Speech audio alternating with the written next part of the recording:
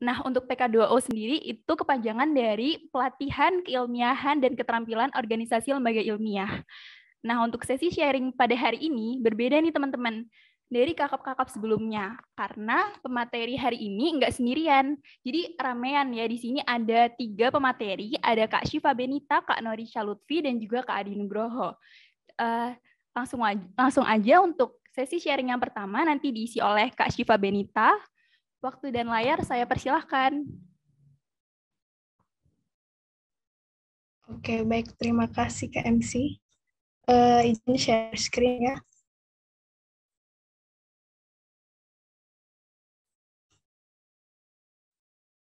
Oke. Bismillahirrahmanirrahim. Apa kabar teman-teman semua? Semoga selalu diberi kesehatan ya. Izinkan saya mewakili dari delegasi PK2O Babin SMKI untuk memulai sharing yang pertama. Baik, tanpa berlama-lama lagi, kita masuk ke sharing yang pertama ya, tentang rencana pengembangan lembaga ilmiah dan analisis SWOT. Nah, dari sini sih apa yang akan kita bahas? Nanti kita akan membahas strategi pengembangan lembaga ilmiah lembil, ada penyusunan program kerja, analisis SWOT pengembangan lembil, dan yang terakhir ada grand design. Oke, dari sini kita harus tahu tentang lembaga ilmiah itu sendiri. Nah, apakah lembaga ilmiah ini suatu organisasi atau suatu badan eksekutif? Yang pasti, yang pertama kita berangkat dari adanya potensi dari mahasiswa. Nah, potensi ini bisa bentuknya misal dia suka terkait poster publik atau suka terkait literatur review. Nah, dari sini kita bisa memiliki target yang lebih besar untuk mengikuti PKM atau mengikuti lomba-lomba yang dalam skala yang lebih besar. Nah, kemudian berangkat dari potensi kita mewadahi dengan bentuk suatu organisasi, di mana organisasi ini bersifatnya semi otonom, yaitu dibawahi oleh suatu lembaga eksekutif di suatu universitas tersebut. Nah, dari sini outputnya apa yang kita dapat, yaitu lembaga ilmiah juga terkait iptek ya. Jadi untuk kemajuan teknologi kita harus juga memiliki tujuan, memiliki visi organisasi, dan dapat beradaptasi sesuai kemajuan iptek. Nah, dari lembaga ilmiah ini karena pada dasarnya suatu organisasi, kita harus menganggap ini sebagai rumah karena dari memang banyak program kerja yang akan dilaksanakan. Nah, tetapi balik lagi lembaga ilmiah ini didirikan atas dasar hobi. Makanya dari suatu kenyamanan atau sifat kekeluargaan itu sangat penting di suatu organisasi. Nah, indikator tambahan untuk indikator masa depan organisasi itu juga terletak dari rancangannya. Nah, bagaimana kita memiliki tujuan untuk pengembangan organisasi ini, dan rancangan ini dibuat untuk merespon dari suatu tantangan. Makanya periode 1 dengan periode sebelumnya itu tantangannya sangat berbeda. Maka dari itu kaderisasinya juga termasuk kaderisasi ketuanya itu juga harus kuat. Nah, dari perbedaan tantangan, misal kita mengalami masa pandemi di mana semua program kerja harus kita laksanakan secara online. Nah, tidak hanya terkait program kerjanya, kita juga mengarah kepada bagaimana kita mengumpulkan para pengurus, para fungsionaris untuk dapat berproses dan berdiskusi sesuai tantangan yang ada. Misalnya kita harus stay dengan Zoom meeting terus-menerus. Nah, dari sini indikator yang lain yang penting juga kita harus memiliki komitmen dan konsisten, karena jika tidak organisasi itu tujuannya bisa jadi tidak tercapai, karena tujuan itu tidak hanya untuk kita sendiri, tapi bisa untuk ruang lingkup yang lebih luas, misalnya bagi universitas itu sendiri. Jadi dari potensi lembaga ilmiah ini, kita bisa juga turut andil untuk memberikan feedback ke universitas kita masing-masing. Oke, yang selanjutnya, bagaimana sih proses dari pengembangan organisasi ini? Yang pertama pasti identifikasi dari masalah apa yang ada, masalah dari situ kita bisa menarik benang merahnya nih. Dari benang merahnya kita harus mengumpulkan data dan menganalisis observasi datanya tersebut. Bagaimana kita mengambil data? Mungkin dari suatu organisasi, suatu lembaga ilmiah kita bisa mencari pengalaman organisasi yang lebih tinggi. Misalnya kita ada pendampingan dari Bapin SMKI, di mana Bapin itu menaungi dari lembaga ilmiah yang tersebar di seluruh Indonesia. Kemudian untuk perencanaan, jadi kita setelah menganalisis dan mengobservasi data, kita harus melakukan perencanaan termasuk dari timeline apa yang kita harus lakukan selama itu, dan kemudian kita harus mengevaluasi apa ada yang salah, apa yang benar, lalu kita yang terakhir bisa mendapatkan feedback dan mengambil kesimpulan bagaimana kelanjutan dari pengembangan organisasi ini. Selanjutnya dari nilai dan semangat organisasi. Oke, untuk bicara nilai dan semangat, kita di sini ada 4 ya, dari sinergisitas atau suatu bentuk kerjasama antar anggota maupun antar anggota dengan kadifnya. Kemudian aktif ini kita ya harus ikut andil, ikut menyuarakan ide-ide kita. Selanjutnya juga ada kontributif di mana nanti kita ikut aktif, kita ikut memiliki kontribusi. Nah, kemudian dari sifat kekeluargaan, di mana nanti sifat kekeluargaan ini didasarkan atas saling rasa percaya, karena suatu kepercayaan antar ketua dengan anggota maupun antar anggotanya itu juga akan menunjang dari program kerja dan nilai semangat organisasi itu. Karena bisa jadi nih, ketika tidak ada nilai rasa kekeluargaan, terlihat dari kepincangan suatu organisasi. Tapi mungkin dari kepincangan itu di luar kelihatan baik-baik saja. Tapi bisa jadi konflik internal itu atau masalah itu bisa bahkan tidak terselesaikan sampai akhir periode kepengurusan. Oke, selanjutnya ini ada susunan rencana kegiatan dirancang dan disepakati untuk jangka waktu tertentu. Oke, kita tentang ini ya, tentang program kerja sebagai tolak ukur. Nah, tadi balik lagi ke dari masalah yang ada, mungkin bisa jadi ketua itu hanya meng-copy paste dari program kerja yang lalu, padahal masalah itu bisa berubah. Seperti yang tadi saya katakan ya, dari periode itu tantangannya pasti berbeda, makanya kaderisasi ketua itu juga penting.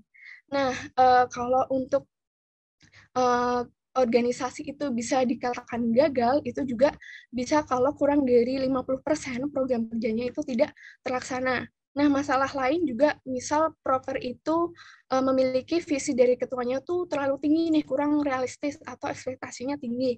Nah, tapi dari situ mungkin pengurusnya ternyata tidak terlalu dirangkul, makanya kita bisa melihat fenomena anggota yang hilang atau anggota yang sudah bosan.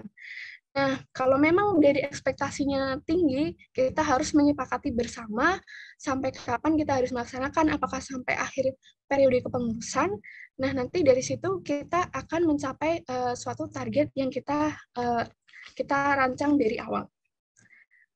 Bicara tentang proker, nanti ada proker dasar dan penunjang. Kalau dasar ini istilahnya sebagai ciri khas atau sebagai nyawa kita. Kalau memang kita bicara tentang lembaga ilmiah, berarti program dasar kita tentang keilmiahan yang menjadi suatu ciri khas kita.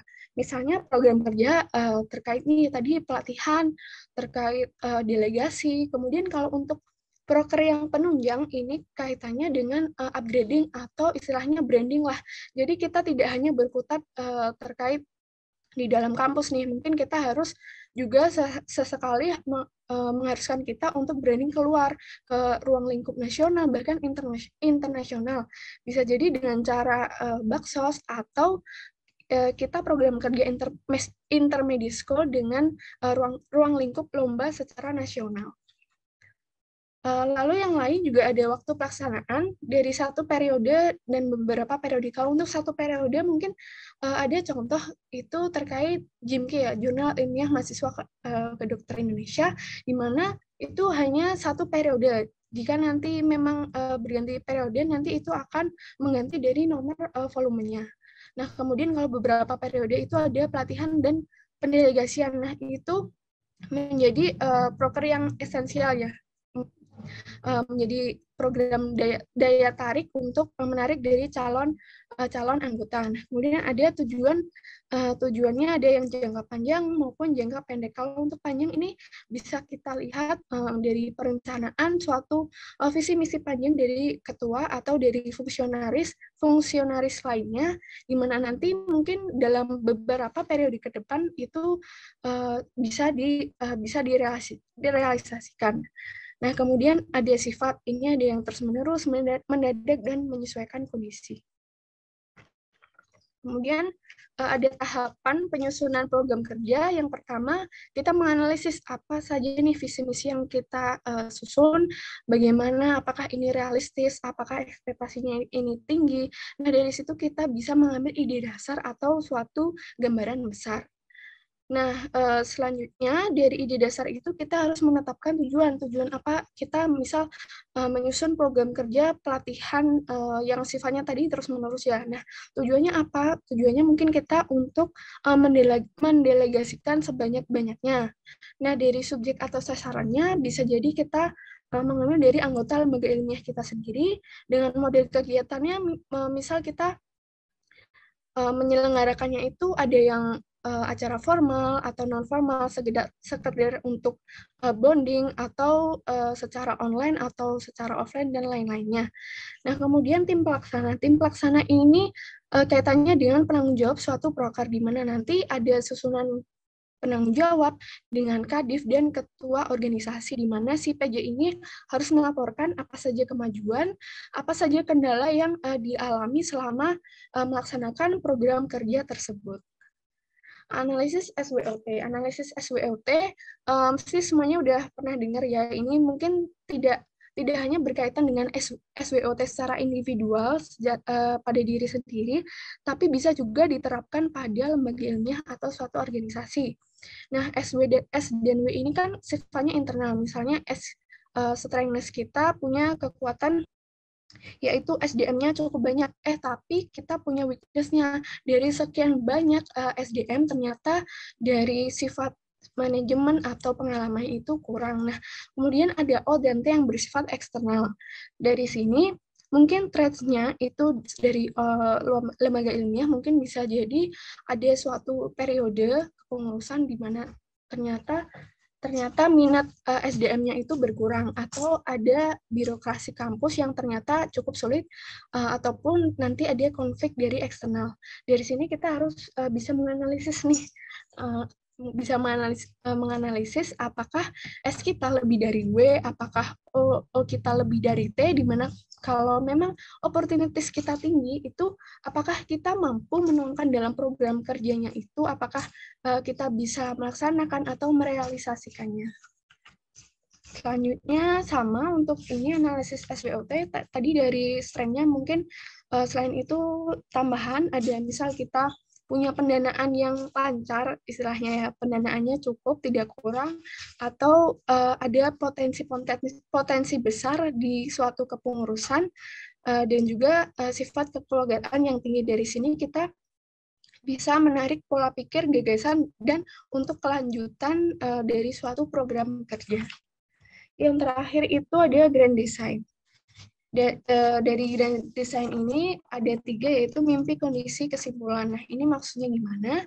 Jadi dari mimpi, sama tadi seperti mirip dengan analisis, apakah kita punya mimpi atau tujuan untuk mendelegasikan sebanyak-banyaknya, atau untuk melatih skill tiap individu, tiap divisi itu untuk agar meningkat gitu. Dari sini kita harus menganalisis kondisi kita.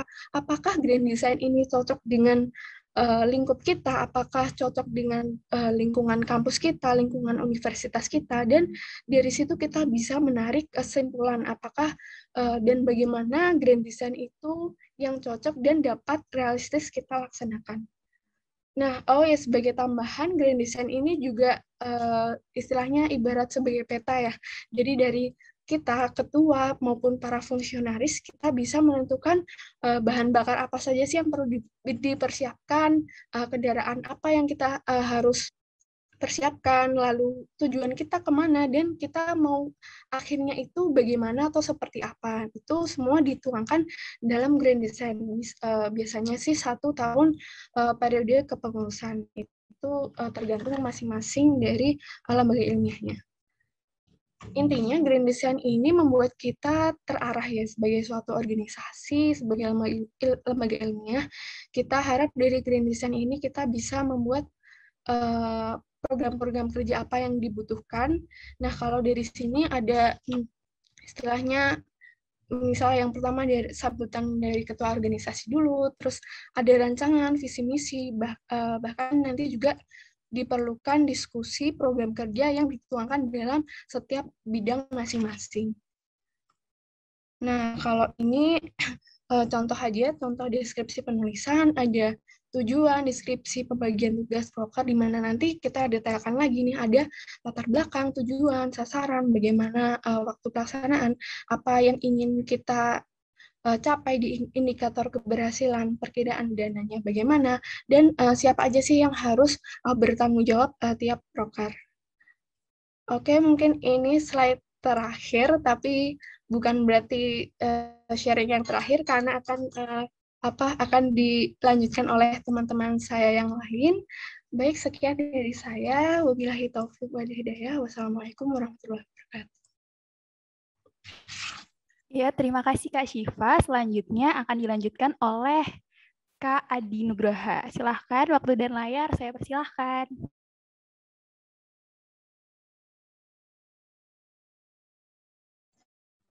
Apakah sudah terlihat? Sudah. Ya, baik. Ya, di sini saya izin untuk menyampaikan kembali materi yang sudah kami dapatkan dalam pelaksanaan PK2O. Nah, di sini untuk judul materi yang akan saya sampaikan, yakni mengenai manajemen organisasi dan negosiasi stakeholder. Nah, untuk yang pertama-tama itu mengenai manajemen organisasi terlebih dahulu. Apa sih manajemen organisasi? Nah, kalau yang dari yang saya atau yang kami dapat dalam acara tersebut dijelaskan bahwa manajemen organisasi itu merupakan seni untuk melaksanakan pekerjaan melalui orang-orang. Kalau kita bedah, manajemen sendiri kan itu merupakan proses untuk mengatur sesuatu, sedangkan organisasi merupakan perkumpulan orang-orang. Nah, di situ dapat diartikan pula bahwa untuk manajemen organisasi itu proses penggerakan orang-orang untuk mencapai tujuan bersama. Oke, selanjutnya dalam manajemen organisasi ini juga diperlukan manajer ataupun juga pemimpin. Lalu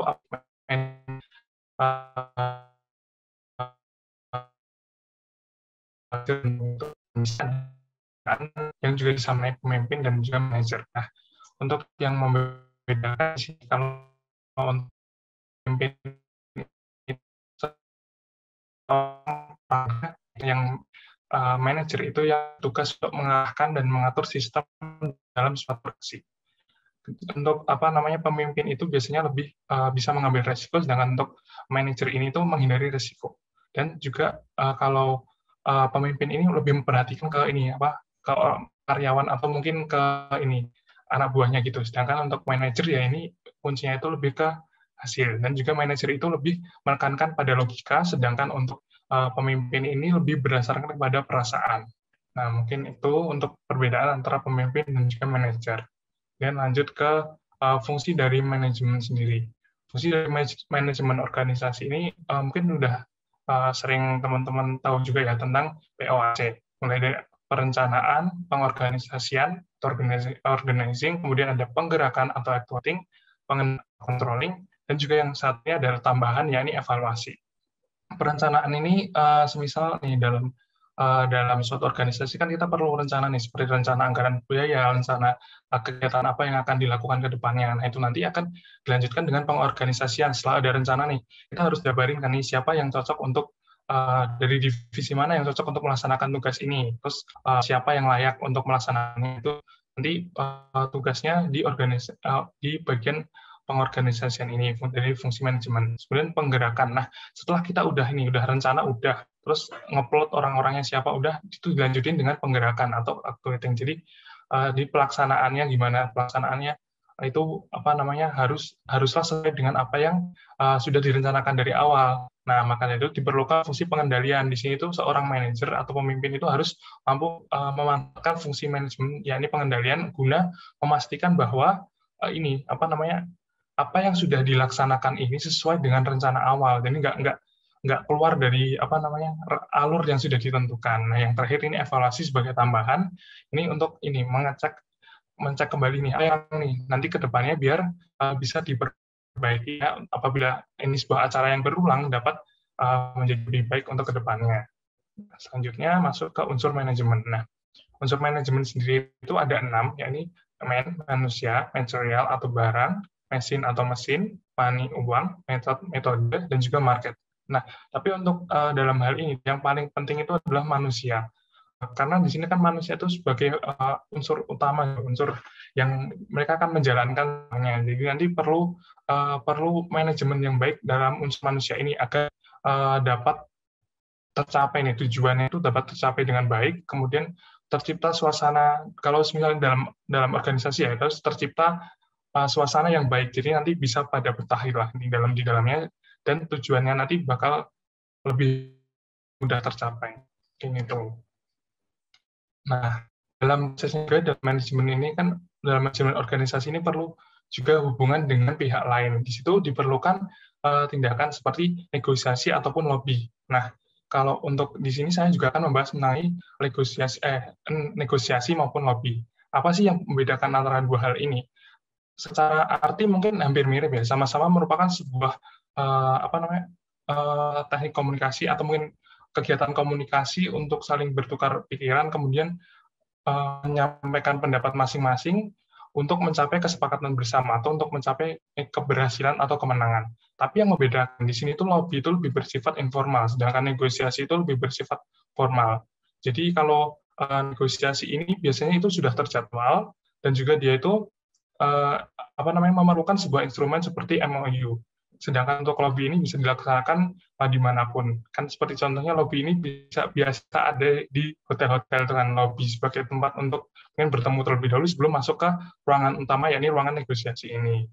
Nah, mungkin itu. Selanjutnya lanjut ke fungsi dari negosiasi sendiri. Nah, untuk fungsinya di sini, negosiasi itu memiliki fungsi seperti mencapai kesepakatan, membuka komunikasi, menyelesaikan masalah, membuka peluang, dan mendapat keuntungan. Nah, untuk mencapai kesepakatan ini sebagai contohnya itu seperti saat kita transaksi jual beli, kan itu ada proses negosiasi harga. Nah, ketika kita antar dua pihak ini sudah menyampaikan saya mau segini. Nah, ketika itu nanti sudah saling cocok, maka akan tercipta kesepakatan. Nah, disitulah fungsi dari negosiasi. Kemudian untuk fungsi yang lain seperti menyelesaikan masalah. Misal dalam organisasi ini ada masalah dengan internal atau mungkin dengan eksternal. Kita kan nanti harus menyelesaikan itu kan biar tujuan dari organisasi ini tercapai dan juga pelaksanaan dari acara yang sudah direncanakan itu dapat terlaksana dengan baik. Nah, di situ diperlukan proses negosiasi untuk menyelesaikan masalah mungkin antar pihak internal atau mungkin antar pihak eksternal. Mungkin yang lain itu adalah mendapat keuntungan. Seperti tujuannya untuk mendapat keuntungan, ternyata fungsi negosiasi ini sendiri juga untuk mendapatkan keuntungan, entah untuk diri sendiri atau mungkin untuk orang banyak. Mungkin itu. Lanjut kembali ke sebab negosiasi. Nah, untuk sebabnya di sini tuh ada 4, seperti tidak adanya kekuasaan, terjadi konflik antar pihak, keberhasilan dipengaruhi oleh otoritas tertentu, serta tidak ada pilihan lain. Sebagai contoh nih, ketika kita itu ingin mengadakan sebuah acara, kita tuh tentunya memerlukan perizinan. Nah, siapa sih pihak yang dapat memberikan perizinan? Kan tentunya pihak yang di atas dari organisasi kita, seperti DPM, LEM, atau mungkin Dekanat. Nah, di sini tuh menunjukkan bahwa kita tuh perlu melakukan negosiasi karena kita itu nggak mempunyai kekuasaan untuk membuat perizinan tersebut, sehingga kita tuh perlu melakukan negosiasi dengan mungkin LEM, DPM agar perizinan itu dapat didapat dan acara kita dapat berlangsung dengan baik. Begitu juga dengan keberhasilannya dipengaruhi oleh otoritas tertentu. Nah, acara kita kan nggak mungkin dapat berlangsung dong kalau nggak ada perizinan dari pihak-pihak tadi. Nah, maka dari itu ini tuh kita memerlukan negosiasi untuk mendapatkan izin dari pihak lain itu agar membuktikan bahwa kita itu perlu otoritas lain untuk keberhasilan acara kita. Dan juga tidak ada pilihan lain kan. Nah, itu juga apabila terjadi konflik antar pihak, misal tadi seperti fungsinya tadi, misal ada konflik nih antara mungkin kita dengan pihak ketiga atau apa yang mungkin internal juga, itu nanti juga dapat menyebabkan kita melakukan negosiasi supaya masalahnya cepat beres lah. Ini gitu. Nah, untuk strateginya sendiri, negosiasi ini ada 4. Yang pertama ada yang win-win solution, win-lose solution, loss-win solution, dan juga loss-loss solution.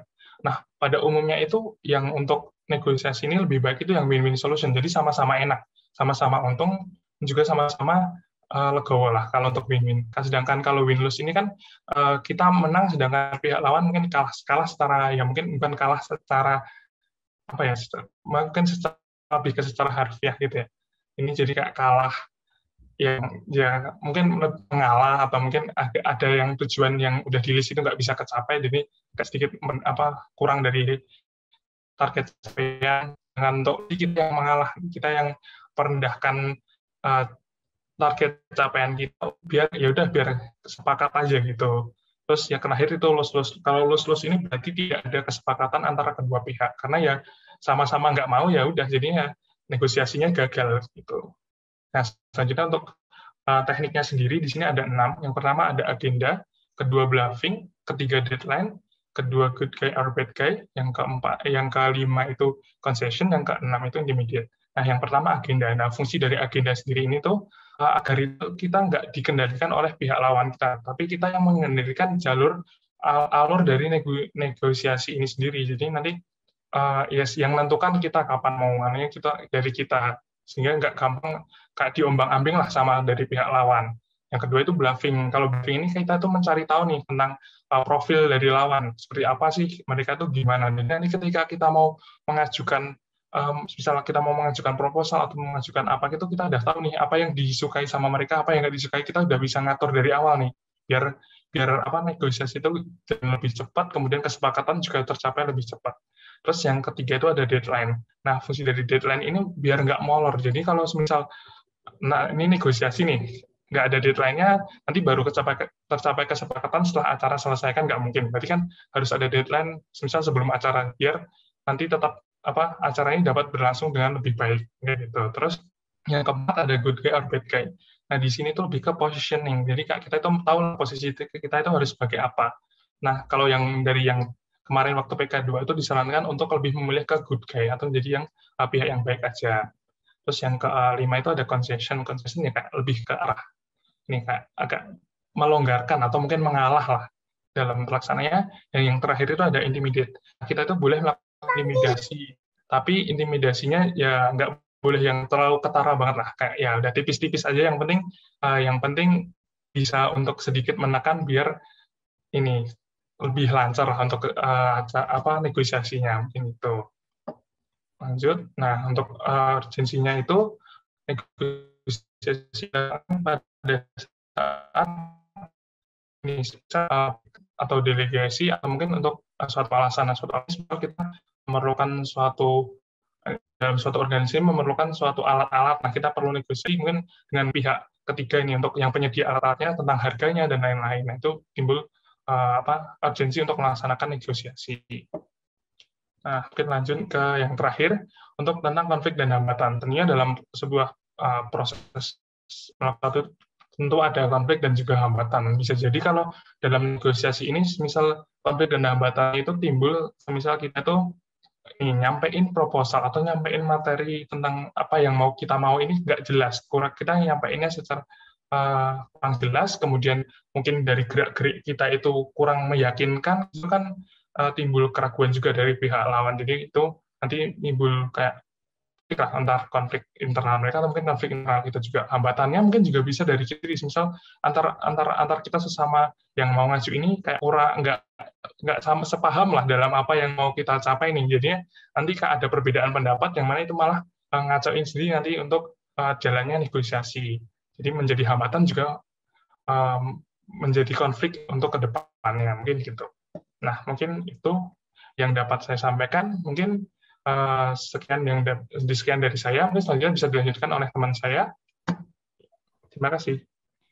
Ya, terima kasih untuk Kak Adi. Selanjutnya untuk Kak Norica, waktu dan layar saya persilahkan. Baik, terima kasih atas tempat dan layarnya. Nama saya Norica dan saya deg-degan. Kita akan lanjut membahas tentang manajemen keuangan dari lembaga ilmiah. Nah, kita dulu apa itu manajemen keuangan. Jadi secara umumnya itu adalah upaya dari suatu organisasi, terutama lembaga ilmiah, untuk memperkirakan atau merencanakan dan kemudian menghasilkan, dan yang terakhir adalah mengalokasikan dari dana yang telah terkumpul tadi. Nah, kemudian organisasi apa saja sih yang perlu melakukan manajemen keuangan? Jadi di sini ada dua ya teman-teman. Ada yang tangannya bawa uang sama bawa hati. Nah di sini artinya yang bawa uang itu adalah organisasi yang profit, yang artinya dia itu mengumpulkan uang untuk memperkaya dirinya kayak gitu. Nah kemudian yang bawa hati adalah organisasi non profit, di mana organisasi tersebut hanya menggunakan uang yang diperoleh untuk operasionalnya saja. Dan biasanya organisasi ini itu bertujuan untuk manfaat kemanusiaan. Ini suara saya terdengar ya? Terdengar. Oke. Saya kaget. Tak kira ayamnya aja yang terdengar. Nah, kita lanjut ke perencanaan. Di sini perencanaan dari keuangan lembaga ilmiah yang utama adalah mengenai rencana anggaran biaya. Seperti itu, teman-teman. Nah, apa sih rencana anggaran biaya itu? Jadi, rencana RAB ini adalah kegiatan untuk memperkirakan pemasukan dan juga pengeluaran untuk periode waktu tertentu. Nah, biasanya di Smart itu dilakukan 1 tahun sekali atau 1 periode kepemimpinan. Nah, kemudian RAB ini berfungsi sebagai alat untuk mengontrol uang yang ada seperti itu. Nah, nanti yang pertama kita lakukan adalah mengestimasikan pengeluaran yang akan kita lakukan. Contohnya kita itu merancang proker-proker yang membutuhkan biaya seperti itu. Nah, di sini setiap elemen divisi itu harus dan wajib ikut untuk berkontribusi agar tercapai kesepakatan bersama. Nah, nanti setelah estimasi pengeluarannya terkumpul, kita mencari uang gitu untuk memperoleh pemasukan. Nah, di sini nanti dibagi juga ada pemasukan pasti dan juga pemasukan yang tidak pasti. Nah, yang kedua kita masuk ke pencarian isi kas. Nah, di sini sebelumnya untuk mencari uang untuk mengisi kas ini kita harus memperhatikan beberapa aspek, dan di sini ada do and don't ya. Yang sebaiknya kita lakukan yang pertama, karena kita ini insan ulil albab UII gitu, kita perlu memperhatikan aspek halalan toiban dari apa-apa yang kita jual, baik itu jasa maupun barang seperti itu. Nah, kemudian yang kedua kita harus memikirkan kebermanfaatan dan fungsi produk yang kita miliki. Nah, kemudian yang ketiga, berikan promosi dan harga yang bersaing, gitu. Nah, kemudian apa yang tidak boleh kita lakukan? Ya, ini kebalikan dari 3 poin di atasnya, gitu. Dan juga jangan pula ketika kita mencari uang, kita itu menggunakan aji mumpung seperti itu. Apa tuh aji mumpung itu? Jadi ketika suatu barang itu langka, terus kita itu menjualnya dengan harga yang berkali-kali lipat. Gitu, teman-teman. Nanti contohnya agak sensitif, jadi saya skip. Nah, kemudian kita masuk ke pemasukan pasti. Yang tadi saya katakan di awal, bahwa pemasukan pasti ini dia itu adalah pemasukan yang selalu ada tiap tahunnya, kayak gitu. Walaupun memang nanti bisa saja terjadi perubahan, baik itu tambah atau kurang, tetapi itu tidak sampai 0 gitu jumlahnya.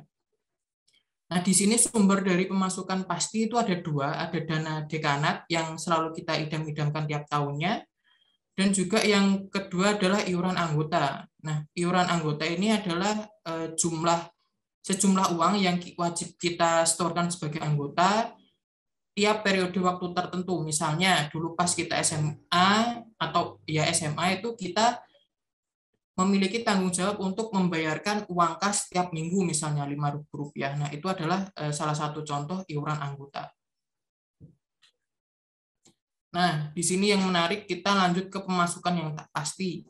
Jadi pemasukan ini dari tiap tahunnya itu bisa ada maupun tidak seperti itu.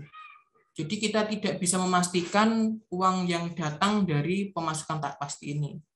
Nah, di sini ada 3. Yang pertama itu adalah kegiatan dana usaha, yang kedua sponsorship dan juga partnership, dan yang ketiga adalah donatur. Nah, di sini yang saya bahas pertama kali adalah yang donatur.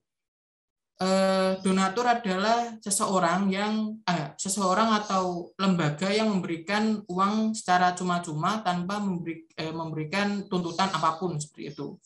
Nah, contohnya ketika nanti misalnya teman-teman di sini lulus dari Fakultas Kedokteran Universitas Islam Indonesia dan juga sukses di luar sana dan kemudian memberikan sejumlah uang rutin tiap bulan misalnya untuk kemajuan dari FK itu sendiri. Nah, kemudian kita lanjut ke dana usaha. Nah, di sini Smart, lembaga ilmiah kita yang tercinta, itu memiliki divisi dana usaha yang fungsi utamanya itu untuk mencari atau mengisi uang kas dari Smart itu sendiri. Nah, dalam melakukan kegiatan Danus, kita itu harus memperhatikan beberapa poin penting. Ini ada 6 ya. Ada branding, ATM, niat, target, e-promosi, dan juga trendy. Dan singkatannya itu adalah bantet. Lucu nggak? Ya udahlah ya. Nah, yang pertama adalah branding. Jadi, ketika kita itu menjual suatu produk, menjual suatu jasa, kita itu harus membranding diri kita seunik dan sekreatif mungkin agar kita itu dilirik oleh konsumen kayak gitu. Harapannya penjualan kita itu bertambah. Nah, kemudian yang kedua itu ATM, amati, tiru, modifikasi. Nah, di sini kita itu bisa mengambil atau bahasa kasarnya itu mencuri ide yang sudah ada di masyarakat, tetapi kita itu harus memodifikasi gitu. Biar nanti kita enggak kedeteksi plagiasinya dan dia tuh bisa aja nggak terima. Contohnya kalau plagiasi itu teman-teman bisa melihat geprek bensu kan. Nah, itu kan kasusnya jadi lama gitu.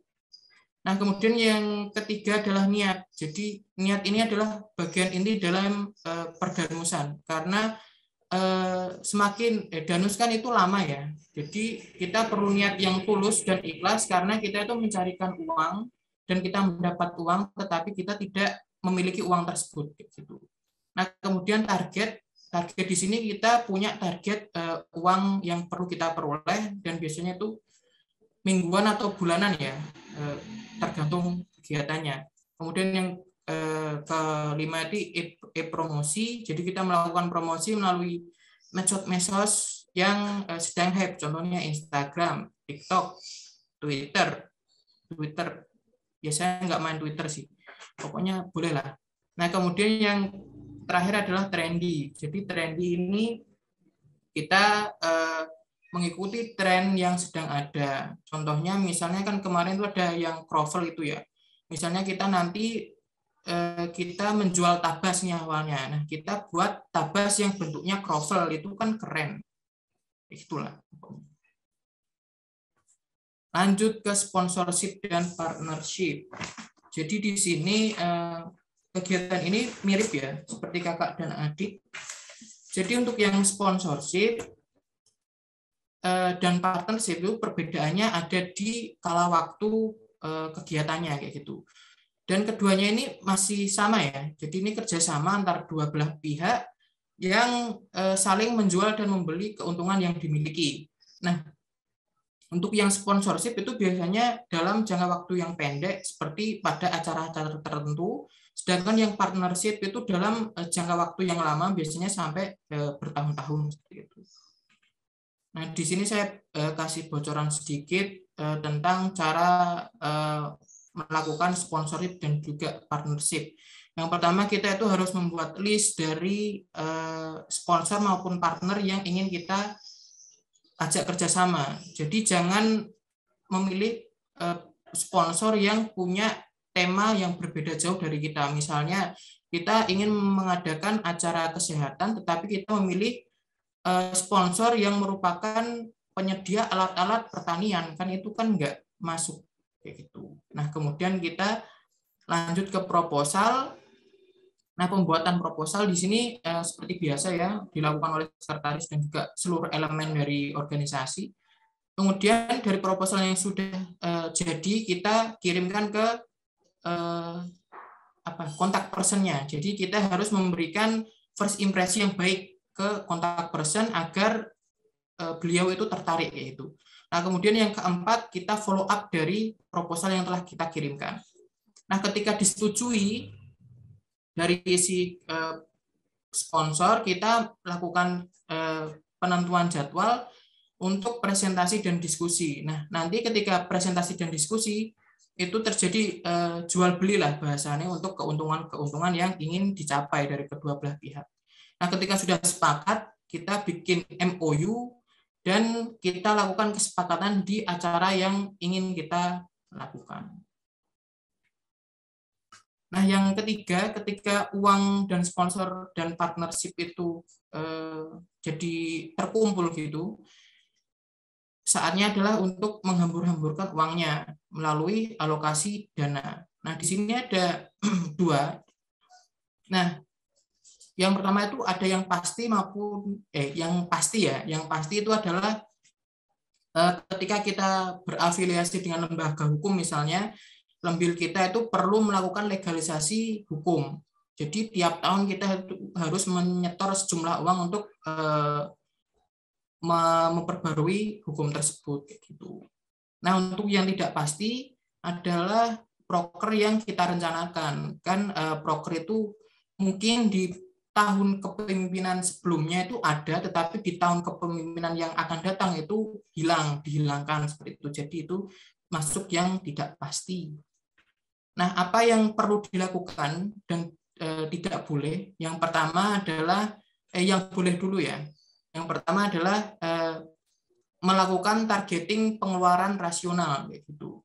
Dengan menengok estimasi harga yang ada di pasaran. Jadi jangan asal-asalan untuk menentukan harga-harga yang kita cantumkan sebagai target pencarian dana. Nah, kemudian perhatikan juga detail kecil pengeluaran karena kecil-kecil itu bisa jadi bukit kayak gitu. Tiba-tiba gede aja karena kita kurang memperhatikan pengeluaran-pengeluaran yang kecil-kecil. Nah, kemudian jangan berlebihan dalam menetapkan harga dalam proposal karena itu nanti berimbas pada pencarian dana yang membutuhkan waktu yang lama. Nah, di sini ada yang tidak boleh dilakukan, itu adalah melambungkan anggaran karena kasihan nanti untuk danusnya untuk mencari uang yang terlalu banyak. Nah, kemudian yang kedua, jangan menghabiskan tuntas uang kas yang ada. Karena sebagai organisasi atau lembaga ilmiah, kita juga harus menabung untuk periode yang berikutnya. Nah, itu dari saya. Mungkin ada yang ingin ditanyakan dari ketiga materi ya? Ya, terima kasih kepada Kak Norica, Kak Syifa, dan juga Kak Adi. Nah, ini udah ada pertanyaan nih yang melalui chat nih. Untuk pertanyaan pertama itu untuk Kak Adi ya, terkait negosiasi. Nah, pertanyaannya, bagaimana nih kalau kita tuh sedang melakukan negosiasi, itu tuh kita menghadapi pihak dengan kepentingan berbeda, sehingga bisa jadi ada perdebatan yang panjang sebagai upaya mereka untuk mendapatkan keuntungan berlebih. Nah, gimana sikap kita untuk menghadapi orang-orang seperti itu? Nah, mungkin untuk Kak Andi sendiri Kak Andi bisa untuk menjawab. Saya persilahkan.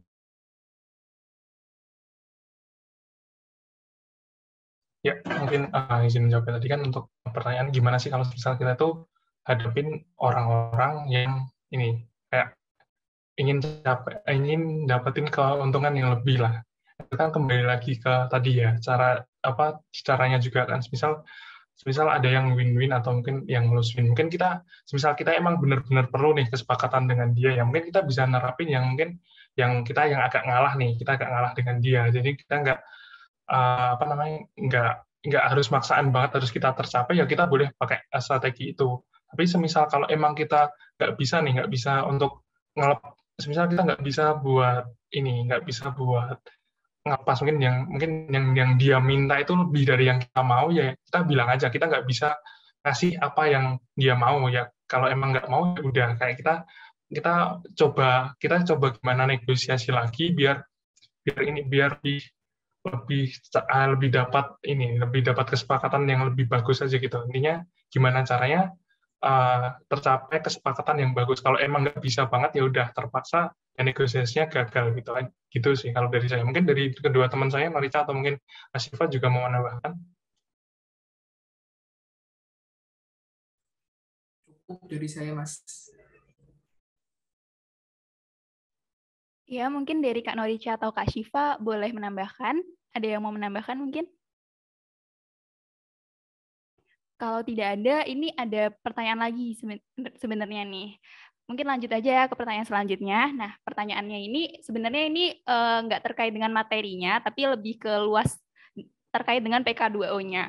Nah, ini ada yang bertanya kalau untuk arah gerak dari PK2O ini tuh apa bedanya sama ISMKI. Nah, itu mungkin masih beberapa dari teman-teman di sini yang mungkin tertarik dengan PK2O tapi masih bingung nih antara PK2O dan ISMKI. Nah, apakah perbedaannya ini dari anggotanya atau dari tujuannya kayak gitu? Mungkin bisa dijawab. Mungkin dari Kak Norica dulu boleh, silahkan. Oke, terima kasih atas pertanyaannya. Jadi sebenarnya apa sih PK2O itu kan?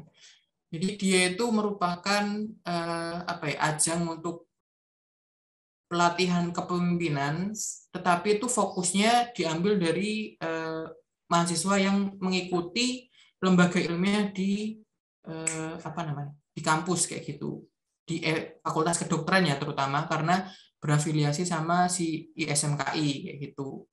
Nah, arahnya kemana? Ya nanti tujuannya adalah ketika terjadi perubahan periode kepemimpinan yang mengikuti PK2 itu bisa dijadikan cikal bakal untuk pemimpin yang berikutnya, seperti itu. Mungkin itu ya dari saya. Terima kasih. Ya, mungkin sudah terjawab ya. Mungkin Kak Syifa mau menambahkan? Ya, silahkan Kak Syifa. Baik, terima kasih. Mungkin kalau untuk PK2O, jadi kalau untuk PK2O itu merupakan program kerja baru sih dari Bapin. Kayaknya kalau nggak salah tuh divisi dari Palapa. Nah, kalau untuk kaitannya SMKI itu sendiri tadi, kalau Bapin itu merupakan badan semi otonomnya dari SMKI. Nah, tujuannya apa? Tujuan diadakannya PK2O. Nah, itu sama seperti yang dikatakan Kak Norica tadi. Jadi untuk menyiapkan juga dari tujuannya itu sebagai kepengurusan selanjutnya. Jadi di situ kita dilatih dari keilmiahan maupun dari keterampilan organisasinya. Nah, dari situ kita kemarin itu merupakan angkatan pertama ya. Jadi kalau angkatan pertama ini nanti juga diharapkan juga nanti untuk angkatan selanjutnya itu kita bisa merangkul juga gitu. Jadi mungkin seperti itu aja.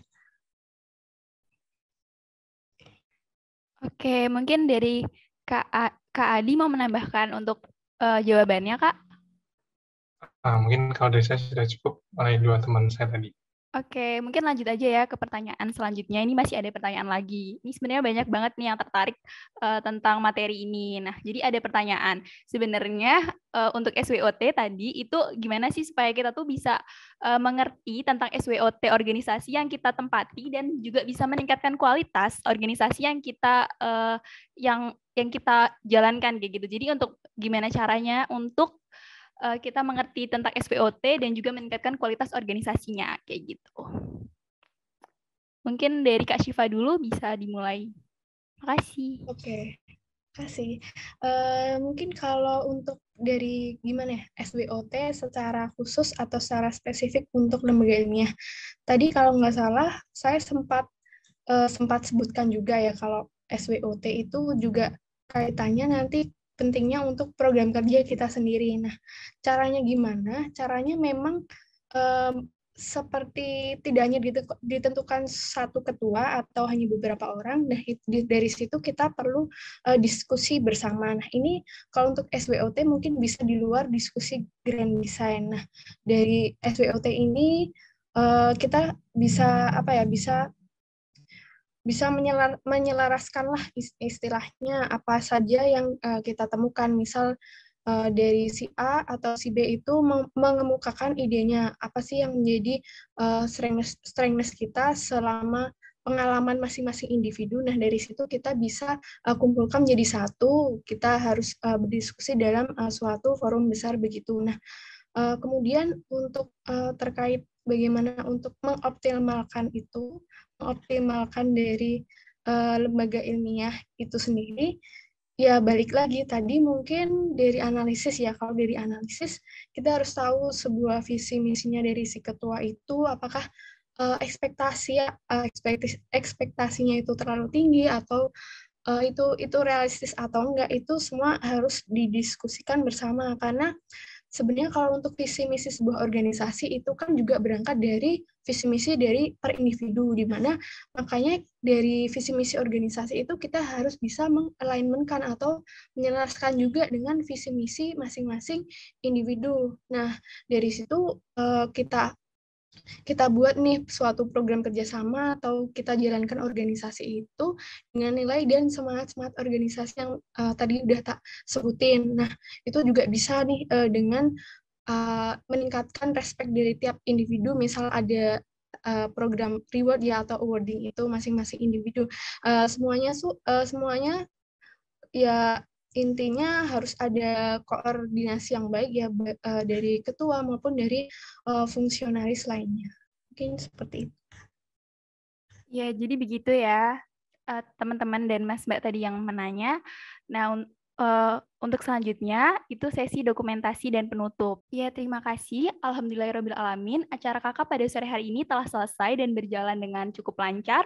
Terima kasih kepada perwakilan PK2O yang telah sharing informasi yang menarik sekali dan tentunya bisa bermanfaat untuk kita semua. Selanjutnya, mungkin alhamdulillahirrahmanirrahim, mungkin saya mewakili teman-teman panitia yang bertugas memohon maaf apabila ada kesalahan dan kekurangan. Kami pamit untuk undur diri. Wassalamualaikum warahmatullahi wabarakatuh. Terima kasih teman-teman, Mas Mbak. Waalaikumsalam warahmatullahi wabarakatuh. Terima kasih kakak-kakak.